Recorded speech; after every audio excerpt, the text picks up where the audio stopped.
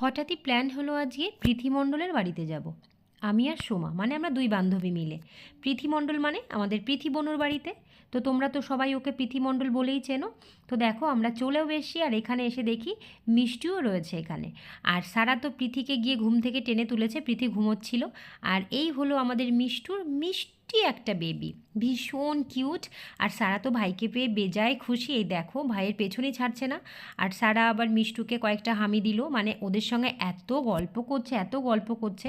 আর ভেতরটা একটু অন্ধকার ছিল ঘরের ভেতরটা, তাই আমরা বাইরে চলে এসেছি। আর ভীষণই মজা করেছি আমরা এই কজনে মিলে, মানে খুব ভালো কাটিয়েছি আজকের সময়টা।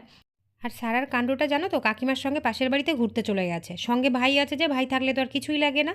আর মিষ্টুর বেবি ও আমার কাছেই আসবে, আমার সঙ্গেই যাবে, মানে সেই কান্না জুড়ে দিয়েছে।